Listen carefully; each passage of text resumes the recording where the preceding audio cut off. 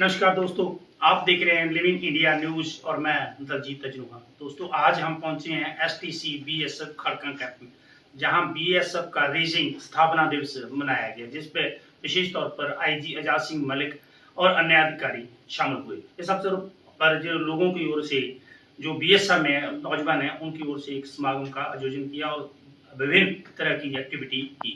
सो इसके बारे में हम बात करेंगे आईजी साहब एजाज सिंह मलिक से, इस दिन के बारे में और बीएसएफ की स्थापना कब हुई, किस तरह हुई, कैसे हुई, और साथ में एसटीसी बीएसएफ के इतिहास के बारे में। सो सर, आपका स्वागत है जी लिविंग इंडिया न्यूज में। जी सर, ये पहले तो यहाँ पे भव्य समागम करवाया गया जो एसटीसी बीएसएफ के परिसर में। तो सबसे पहली बात, जो बीएसएफ को कब और किस तरह से स्थापना हुई? जी बीएसएफ 1 दिसंबर 1965 में जो है इसकी स्थापना हुई थी और उस टाइम पे के.एफ. रुस्तम जी आईपी फर्स्ट इसके डायरेक्टर जनरल थे।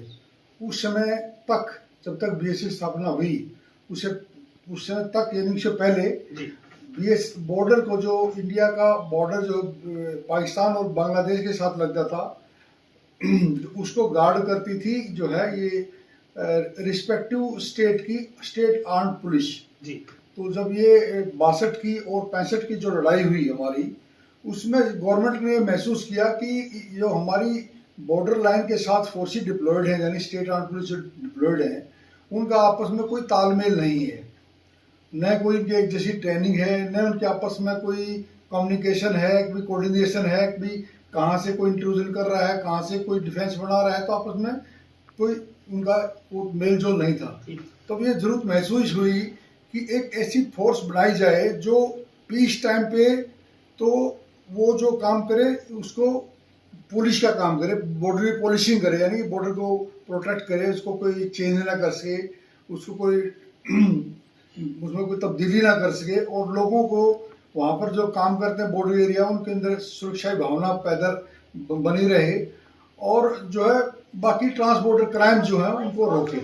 और जो वार टाइम है, वार टाइम के अंदर वो जो है आर्मी को गाइड का तो काम करे और आर्मी के साथ कंधे से कंधा मिला करके लड़ाई लड़े। तो तब ये उस टाइम तत्कालीन प्रधानमंत्री जो थी इंदिरा गांधी जी, उनपे जो है ना ये फोर्स खड़ी की गई थी।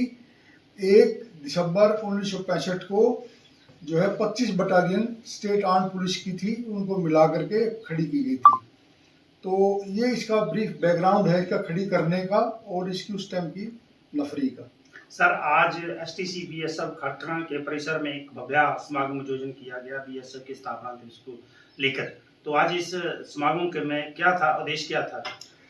बेसिकली अजनवाजी इसमें देखिए, बीएसएफ का ये हम रेजिंग डे सेलिब्रेशन करते हैं 1 दिसंबर को जी।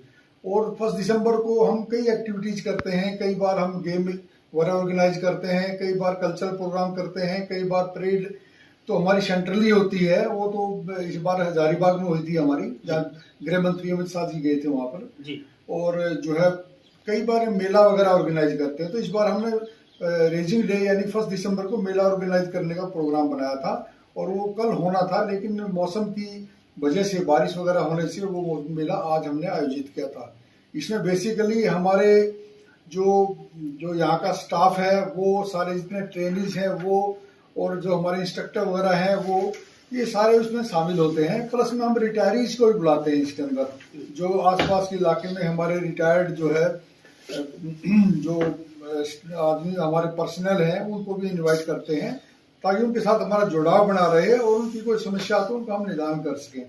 और ट्रूप्स को और ट्रेनिज को आपस में इंटरेक्ट करने का एक जो है इनफॉर्मल जो है वो एक तरीका उनका हो जाता है, और उसमें मनोरंजन भी हो जाता है, प्रोत्साहन भी हो जाता है, मोटिवेशन भी हो जाता है, और उसमें जो है बीएसएफ के बारे में थोड़ी एक बेसिक जानकारी भी दे दी जाती है, क्योंकि रेजिंग डे पे जनरली हम अपना बीएसएफ के बारे में ब्रीफ बताते हैं।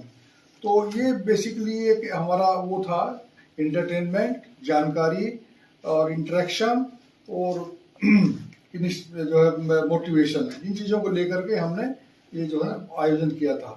सर, बात करें बीएसएफ की, जैसे आज स्थापना दिवस, बहुत सारे नौजवान पंजाब में भी हैं, लोग बीएसएफ में ज्वाइन करना चाहते हैं, वो बीएसएफ में ज्वाइन करने के लिए इनको क्या करना चाहिए? देखिए अजनवा जी, बीएसएफ में जो भर्ती जो है हमारी, वैसे तो जो है भर्ती हमारी बेसिकली तो दो ही लेवल पे होती है। एक तो कांस्टेबल के लेवल पे, और जो है ना एक यहाँ तीन लेवल पे होती है, एसआई के लेवल पे और एक ऑफिसर के लेवल पे।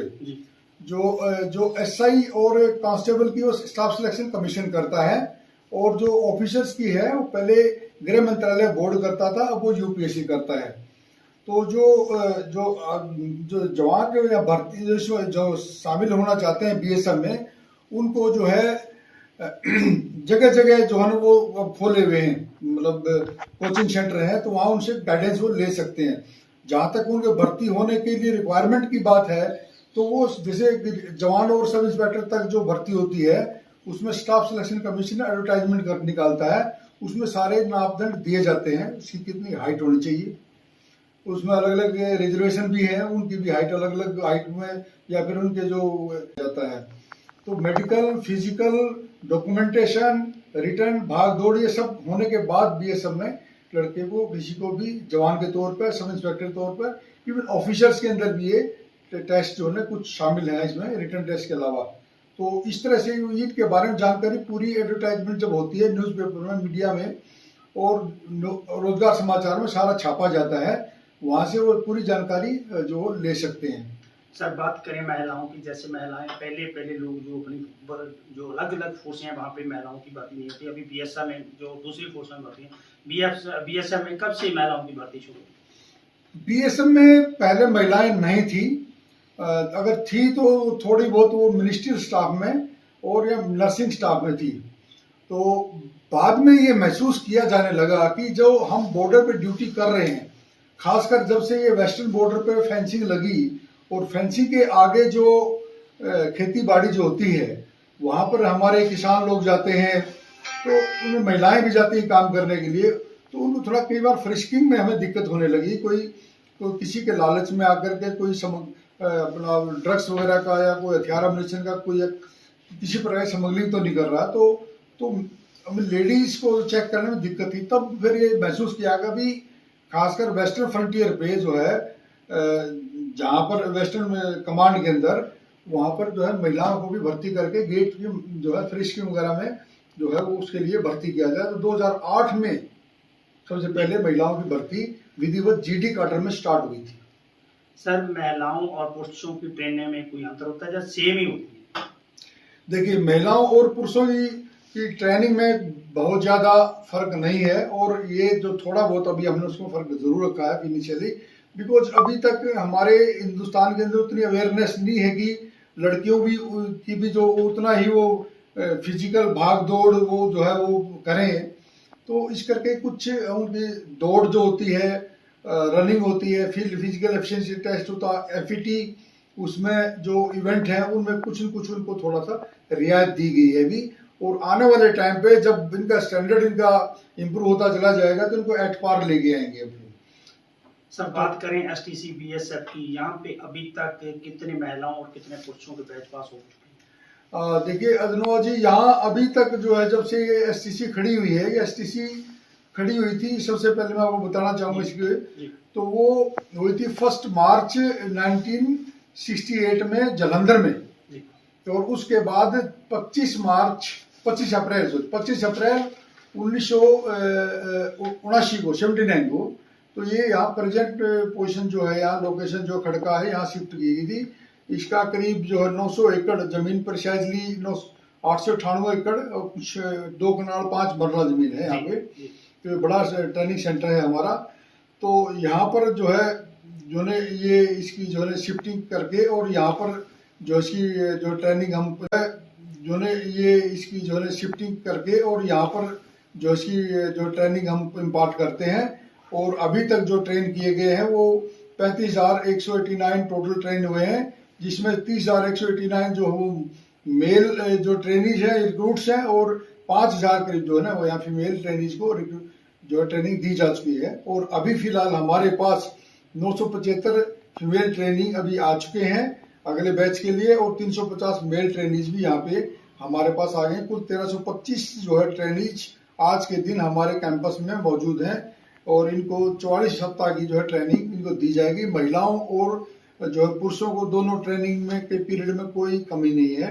उनको हथियारों की सिखलाई, सब हथियारों की सिखलाई करवाई जाती है और उनको जो है फिजिकल में थोड़ा थोड़ा अभी तक हमने इनमें कुछ फर्क रखा है इनका, तो वो भी आहिस्ता आहिस्ता जो है ये कवर अप कर लेंगे जब जैसे इनका थोड़ा रुझान बढ़ जाएगा। और गवर्नमेंट का काफ़ी जो वो है इसके ऊपर जो है सोच विचार है कि कैसे महिलाओं की भागीदारी, एम्पावरमेंट ऑफ वुमेन, तो उसके तहत जो है कैसे इनकी भागीदारी देश की आर्म्ड फोर्सेस के अंदर, आर्म्ड पुलिस के अंदर और जो है बाकी डिपार्टमेंट के अंदर कैसे बढ़ाया जाए इसको।